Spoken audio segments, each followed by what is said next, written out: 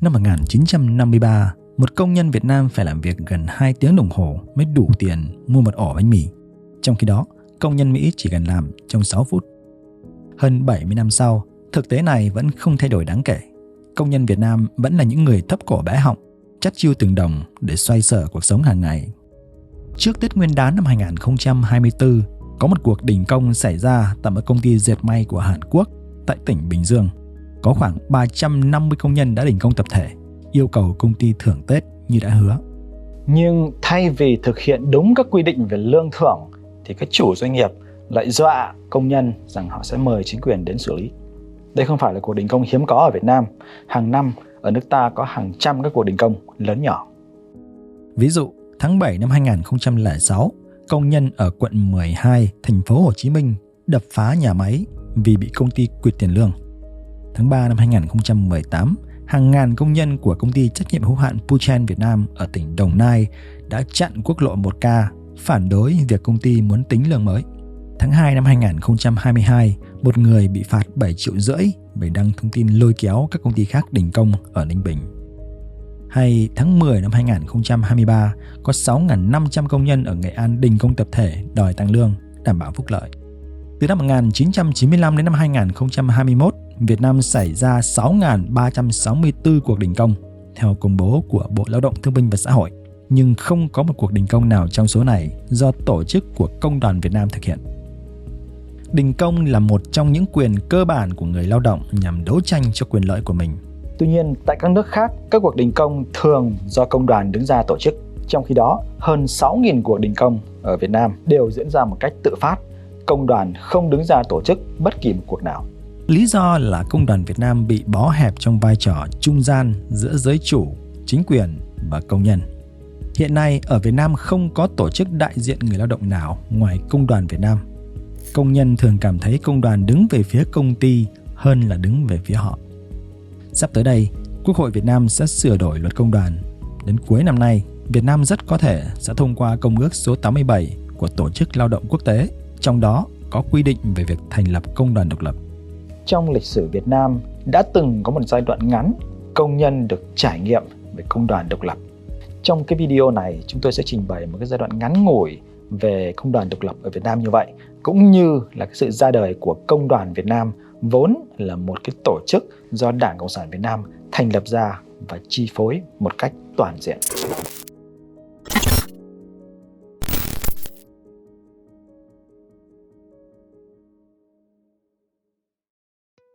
Những công nhân đầu tiên. Khi người Pháp cai trị Việt Nam, họ đã mang đến một nền công nghiệp và điều này dẫn đến nhu cầu sử dụng nhân công. Đến cuối thập niên 1920, Việt Nam có khoảng 60.000 công nhân làm việc trong các hầm mỏ, nhà máy và hơn 43.000 công nhân làm việc trong các trang trại, đồn điền tại miền Nam. Vào lúc này, một cuộc khủng hoảng kinh tế thế giới đang tác động lớn đến tầng lớp công nhân. Nhiều cuộc đình công đã nổ ra ở bến cảng Sài Gòn, các đồn điền, các nhà máy. Thực dân Pháp đã đàn áp tàn bạo các cuộc đình công. Lợi dụng cuộc xung đột giữa công nhân và chính quyền, các nhà cách mạng cộng sản đã thành lập tổ chức Công hội Đỏ vào năm 1929. Tổ chức này đã tìm mọi cách để xâm nhập vào giới công nhân, kích động phong trào dân tộc, chống lại chủ nghĩa tư bản và thực dân Pháp. Công hội Đỏ đã biến đổi thành nhiều tổ chức khác nhau như Hội Công nhân Phản đế, Hội Công nhân Cứu quốc. Năm 1946, sau khi tạm giành được chính quyền, Hồ Chí Minh đã nhanh chóng thành lập Tổng Liên đoàn Lao động Việt Nam. Tổ chức này có nhiệm vụ tập hợp, vận động công nhân sản xuất vũ khí, lôi kéo công nhân gia nhập lực lượng kháng chiến. Lúc bấy giờ, chính quyền Pháp không cho phép tổ chức công đoàn được độc lập. Các cuộc hội họp của công nhân phải được cảnh sát cho phép. Một số công đoàn đã được chính quyền thực dân Pháp cho phép hoạt động công khai và lịch sử công đoàn Việt Nam đã bắt đầu từ đây. Công đoàn độc lập đầu tiên. Năm 1947, chính quyền thực dân cho phép một Tổng Liên đoàn Công nhân được mở văn phòng tại Sài Gòn. Tổng Liên đoàn này sau đó đã tổ chức các công đoàn theo ngành nghề tại các khu vực khác nhau. Một năm sau, Tổng Liên đoàn Công nhân Cơ đốc chính thức được thành lập. Tuy nhiên, các thành viên của công đoàn không phải là người theo đạo Cơ đốc. Lãnh đạo của Tổng Liên đoàn là Trần Quốc Bửu, không phải là một người theo đạo Cơ đốc. Tổng Liên đoàn Công nhân Cơ đốc nhanh chóng thiết lập được 10 công đoàn tại hãng sản xuất xe hơi Citroen, hãng hàng không Air Việt Nam, cùng với các công đoàn của thợ đánh giày, thợ sắp chữ, thợ may, thợ cắt tóc. Không bao lâu sau, quyền tự do công đoàn lại bắt đầu có tiến triển. Năm 1950, Hoàng đế Bảo Đại ban hành nghị định về các quy tắc trong việc thành lập các hiệp hội của công nhân. Ngay sau đó, Chính phủ Quốc gia Việt Nam thông báo rằng sẽ sớm cho phép quyền tự do công đoàn. 2 năm sau, Bộ luật Lao động được ban hành với 2 sắc lệnh công nhận các công đoàn, lập ra một tòa án lao động với một thẩm phán và 2 đại diện từ giới lao động và giới chủ, ban hành các quy trình thương lượng tập thể và đình công hợp pháp sau khi hòa giải thất bại. Đến đầu thập niên 1950 đó thì một số công đoàn và liên đoàn công nhân ở miền Nam đã mở chi nhánh ở miền Bắc. Tài liệu của Cục Tình báo Trung ương Hoa Kỳ CIA cho biết Tổng Liên đoàn Công nhân Cơ đốc với tên mới là Tổng Liên đoàn Lao công đã có đến 60.000 thành viên ở miền Nam và 19 công đoàn tại miền Bắc. Tuy nhiên, khi quyền công đoàn mới chỉ manh nha được thừa nhận như vậy, thì đất nước đã bị chia đôi theo Hiệp định Geneva. Công đoàn ở hai miền Nam Bắc kể từ đây có 2 số phận khác nhau. Miền Bắc bãi bỏ tự do công đoàn. Sau năm 1954, chính quyền miền Bắc đã xóa sổ các công đoàn độc lập. Nhiều lãnh đạo công đoàn phải lao động khổ sai gần biên giới Trung Quốc. Tổng Liên đoàn Lao động Việt Nam do Đảng Cộng sản lãnh đạo trở thành công đoàn duy nhất tại miền Bắc. Chính quyền miền Bắc bắt đầu thực hiện một nền kinh tế bao cấp.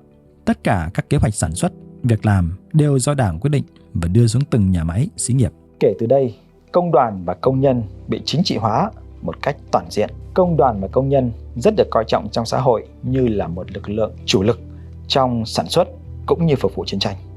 Năm 1957, miền Bắc đã thông qua luật công đoàn. Tổng Liên đoàn Lao động và các công đoàn cơ sở đảm nhận những vai trò to tát như làm trụ cột của chính quyền, tham gia quản lý nhà nước, quản lý xí nghiệp, thực hiện thống nhất nước nhà, đấu tranh cho độc lập dân tộc và hòa bình thế giới. Trong khi đó thì cái quyền tự do công đoàn ở miền Nam về mặt pháp lý là được thừa nhận, nhưng đối mặt với rất nhiều khó khăn do một cái nỗi sợ hãi là Cộng sản miền Bắc sẽ xâm nhập và trà trộn vào các tổ chức công đoàn ở miền Nam. Công đoàn độc lập ở miền Nam. Tại miền Nam, sau khi Ngô Đình Diệm trở thành Tổng thống, Hiến pháp năm 1956 của chế độ Việt Nam Cộng Hòa đã công nhận quyền tự do thành lập công đoàn, quyền đình công hợp pháp dựa trên những điều kiện được luật định. Dù công đoàn được hoạt động hợp pháp, nhưng Tổng thống Ngô Đình Diệm cho rằng công đoàn là cánh cửa mà Cộng sản sẽ dùng để xâm nhập vào miền Nam. Các cái công đoàn mà không được chính quyền Ngô Đình Diệm tin cậy đó, một số lãnh đạo công đoàn bị bắt cóc và tra tấn do có nghi ngờ liên kết với Việt Cộng. Tuy nhiên, vào lúc này, Việt Nam Cộng Hòa đã thông qua Công ước số 87 của Tổ chức Lao động Quốc tế về tự do công đoàn, tức là công ước này đã được thông qua tại Việt Nam hơn 60 năm trước. Năm 1963, sau khi Tổng thống Ngô Đình Diệm và em trai Ngô Đình Nhu bị ám sát, công đoàn tại miền Nam bắt đầu phát triển mạnh mẽ trở lại. Dưới thời tướng Nguyễn Khánh, Việt Nam Cộng Hòa đã thông qua Công ước số 81 về thanh tra lao động, Công ước số 98 về công đoàn và thương lượng tập thể và Công ước số 111 về chống phân biệt đối xử. Việc mở rộng quyền tự do thành lập công đoàn kéo theo sự trở lại của các cuộc đình công của giới công nhân miền Nam. Cuộc tổng đình công lớn vào tháng 9 năm 1964 khiến toàn bộ Sài Gòn mất điện và mất nước. Xe buýt và các chuyến bay bị đình trệ trong một ngày. Tháng 1 năm 1968, khoảng 1.000 công nhân điện lực đã đình công và biểu tình, đòi tăng lương để theo kịp lạm phát. Cảnh sát đã bắt nhiều lãnh đạo công đoàn, nhưng cuối cùng đã thả họ ra. Chính phủ sau đó đã chấp nhận mức tăng lương 12%. Dưới chế độ đệ nhị Việt Nam Cộng Hòa, các công đoàn tiếp tục lớn mạnh. Theo Hoàng Ngọc Thanh, năm 1969, Việt Nam Cộng Hòa có khoảng 600 công đoàn, tập hợp trong 6 tổng liên đoàn. Liên đoàn Nông dân Tá Điền có đến 100.000 thành viên. Liên đoàn Ngư dân có đến 50.000 thành viên vào năm 1970. Tổng Liên đoàn Lao công Việt Nam là tổng liên đoàn lớn nhất ở miền Nam, có đến 350.000 thành viên, tập hợp trong 5 liên đoàn và nhiều công đoàn khác nhau. Chính sách cởi mở với công đoàn ở miền Nam đó, trên thực tế đúng là đã tạo điều kiện cho chính quyền Cộng sản miền Bắc xâm nhập vào.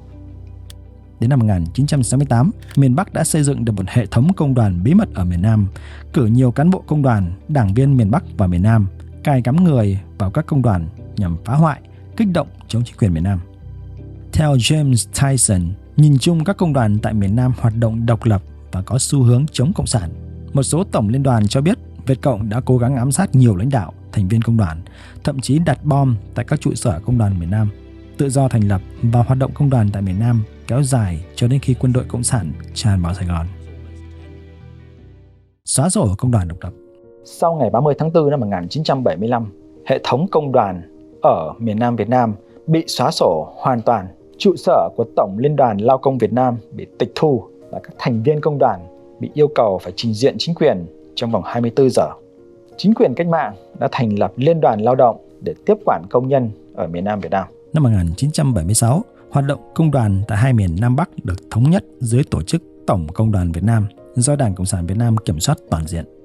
Vào lúc này, toàn bộ nền kinh tế miền Nam đã bị quốc hữu hóa, kinh tế thị trường bị xóa sổ, có nghĩa là thị trường lao động cũng không còn tồn tại và giới chủ cũng không còn. Do đó, xung đột trong quan hệ lao động được cho là không tồn tại. Các giám đốc xí nghiệp, nhà máy đơn thuần là cán bộ của chính quyền nhằm thực hiện kế hoạch sản xuất của Đảng. Đôi khi họ nhận lương thấp hơn cả các công nhân lành nghề và không có quyền can thiệp vào tiền lương, tuyển dụng hay sa thải công nhân, vì tất cả đã được chính quyền quyết định. Công đoàn trở thành cánh tay của Đảng để kiểm soát, tuyên truyền và vận động công nhân hoàn thành kế hoạch sản xuất. Công đoàn là một tổ chức có quyền lực trong nền kinh tế, được tham gia vào việc lên kế hoạch sản xuất cũng như bảo đảm phúc lợi cho công nhân. Công nhân được xem là một giai cấp tiên phong, lãnh đạo có vai trò rất quan trọng trong xã hội. Nhà nước bảo vệ và đáp ứng nhu cầu của công nhân cũng như của gia đình họ. Tất cả công nhân và con cái của họ được hứa hẹn sẽ có việc làm trọn đời. Tuy nhiên, cái ý tưởng này chỉ tồn tại được trong một thời gian rất ngắn. Kinh tế bao cấp sụp đổ.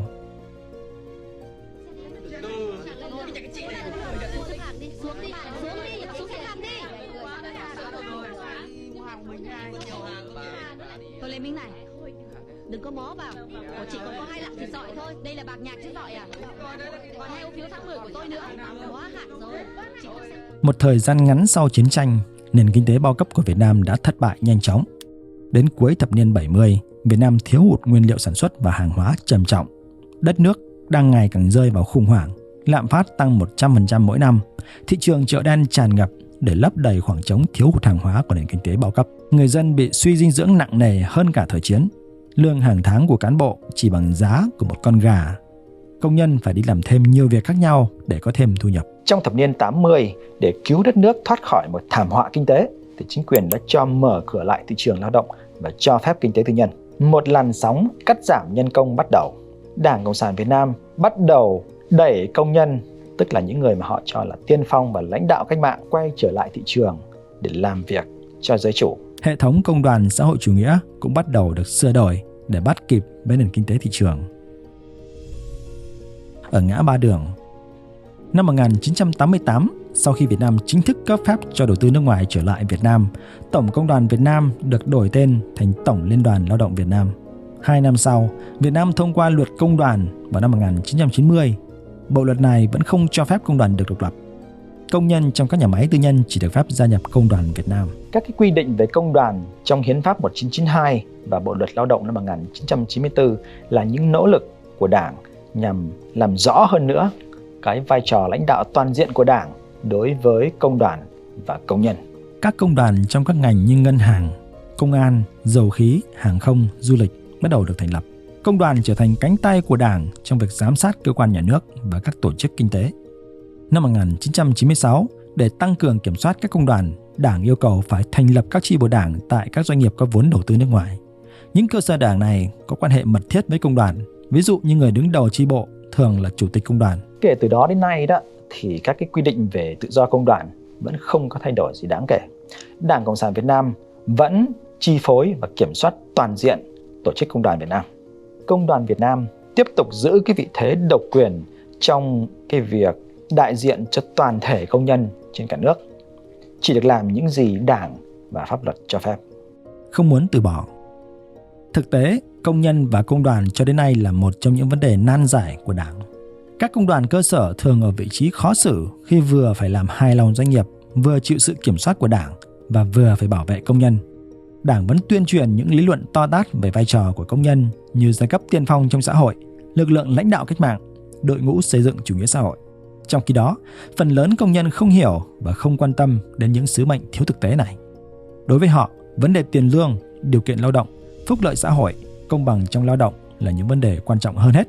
Và trong nền kinh tế thị trường với lực lượng lao động đa dạng như Việt Nam, vấn đề này sẽ thực sự được giải quyết chỉ khi chính quyền cho phép công đoàn được độc lập. Mặt khác đó, thì Việt Nam cũng không thể nào tránh khỏi cái việc bị cộng đồng quốc tế, trong đó có các chính phủ, các tổ chức Liên Hợp Quốc và các tổ chức quốc tế khác chỉ trích về vấn đề thiếu vắng tự do công đoàn. Và Việt Nam cũng không thể nào tránh khỏi cái việc là cộng đồng quốc tế muốn cài cắm các cái điều khoản về tự do công đoàn trong các hiệp định thương mại. Tuy nhiên, thay vì cho phép tự do công đoàn, chính quyền lại có một ý tưởng khác. Năm 2019, Quốc hội đã ban hành Bộ luật lao động mới, trong đó cho phép các công đoàn ngoài Công đoàn Việt Nam được thành lập, gọi là tổ chức của người lao động tại doanh nghiệp. Nhưng đến nay, chưa có tổ chức nào như vậy được công nhận do chính quyền chưa ban hành quy định hướng dẫn. Sắp tới đây, Quốc hội sẽ sửa đổi Công đoàn năm 2012, trong đó quy định các tổ chức của người lao động tại doanh nghiệp sẽ có quyền gia nhập Công đoàn Việt Nam. Bộ Chính trị cũng ra nghị quyết nêu rõ rằng cần định hướng các tổ chức của người lao động tại doanh nghiệp gia nhập Công đoàn Việt Nam. Đảng cũng định hướng rằng đến năm 2045, hầu hết người lao động sẽ gia nhập Công đoàn Việt Nam.